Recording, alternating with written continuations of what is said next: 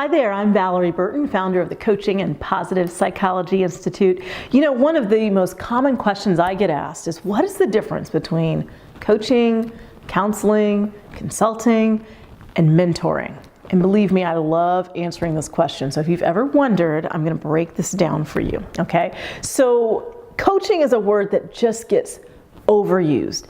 Everybody calls themselves a coach, and because coaching doesn't have any legal requirements in terms of licensure, it's one of those catch-all phrases. So you'll hear people say, oh, they are a financial coach, or they are a relationship coach, they are a life coach, they're a business coach. And they might mean coach in the most pure sense of the word, or they might mean something else entirely. So I want to break this down for you so that you know that you're using the word coaching properly, and so that you can educate people you come in contact with as you're talking about coaching and they say, well, what does that really mean? Okay, so let's start with mentoring, because oftentimes people will say they're coaching someone when in fact they are mentoring. Mentoring is advising someone based on your previous experience. So, you know, you have had some success in your career or whatever it is that you're doing, and they come along and they say, how did you do what you've done, and what should I do? And so it's a lot of telling. It's a lot of explaining what you've done in the past.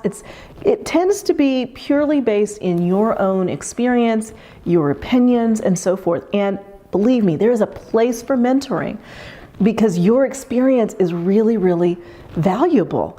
When you've been there and done that, you can warn people about directions not to take, and you can also help them find the shortcuts to get somewhere perhaps quicker than you did. But it's not coaching. So mentoring is advising based on your past experiences.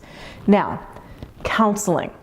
Counseling really does require licensure, especially if you're doing professional counseling. There is lay counseling, for example, in churches and so forth, and even in that, oftentimes people are trained. But counseling tends to focus on solving a problem from the past, in order to move forward into your future. So I like to describe it like this, whether I'm talking about counseling or therapy or even psychology. If your past is a wound, or something that's happened that was, it might have been traumatizing, it might have simply been very hurtful to you, very painful. If I touch it and you flinch, counseling is what you need. Counseling, therapy might even be something more serious than that, psychology or psychiatry, right? But coaching really doesn't focus on fixing things from the past in order to move forward. So counseling often is what you need in order to be able to heal, so that in this present moment you can see things accurately, so that you really can begin to flourish and to move forward. It's getting you from the negative state to perhaps the zero state. And sometimes counseling goes beyond that, but the focus tends to be on overcoming past issues. Consulting. Now we tend to think of consulting more in the business realm, but consulting is, I'm going to tell you how to fix a problem. I've got a solution, perhaps I've got assessments, I've got tools, I'm going to come in here, I'm going to assess the situation, and I'm going to come up with a solution so that you can fix the problem. Now, sometimes with a consultant, they might actually even offer to fix the problem, but typically they're coming in to assess the situation and to give you expert solutions, which you could then implement yourself, or maybe you hire them to implement it. But it really is focused on that person who's a consultant is the expert. They have the answers, and the person on the other side, the client, is waiting to be told what the answers are by that expert advisor. So that's mentoring, counseling, and consulting. But you're here because you're interested in coaching. So what is coaching? Coaching is moving you from where you are right now to where you ultimately want to be. It's not about overcoming your past. It's not about healing from wounds in the past. If you are a coach, you're not there to be the expert to tell the person how to fix their problems. You are not there to mentor them and tell them what you did that might work for them. But instead, as a coach, you really believe that your client has their answers. Your job is to give them a safe space to be honest about where they are, what their hopes, their dreams, and their vision is, to look at what those obstacles are and be able to strategize alongside you as to what the best approach might be.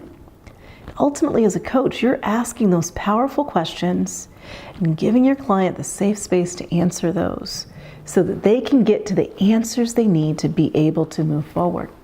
So I said that person that needs counseling or therapy, you touch that wound and they flinch. If you're coaching someone, they might have wounds from the past. But when you touch that wound, they don't feel anything because you know what? It's a scar. They've already healed up from that wound. You can see that it's there. You can see they've been through something. But that something they've been through is no longer a hindrance for them being able to be fully present now and to move in a healthy way and functioning way towards the place where they want to be. Coaching, I like to say, is about opportunity. It's not necessarily dealing in problems. It's dealing in opportunity. Where do you want to go from here? If that's the question that a person is asking, typically that person is looking for a coach. So there you have it, the distinction between mentoring, counseling, consulting, and coaching. All of them have their place, but as a coach, you must understand what your role is, and you don't want to step out of that role into areas that are not coaching and call them coaching, particularly areas that require licensing or other legal requirements. So as a coach, I would say to you, learn to ask powerful questions, to listen, to give people that safe, non-judgmental space where they can explore where they are and really push through the fears and the obstacles to get to the vision of where they want to be.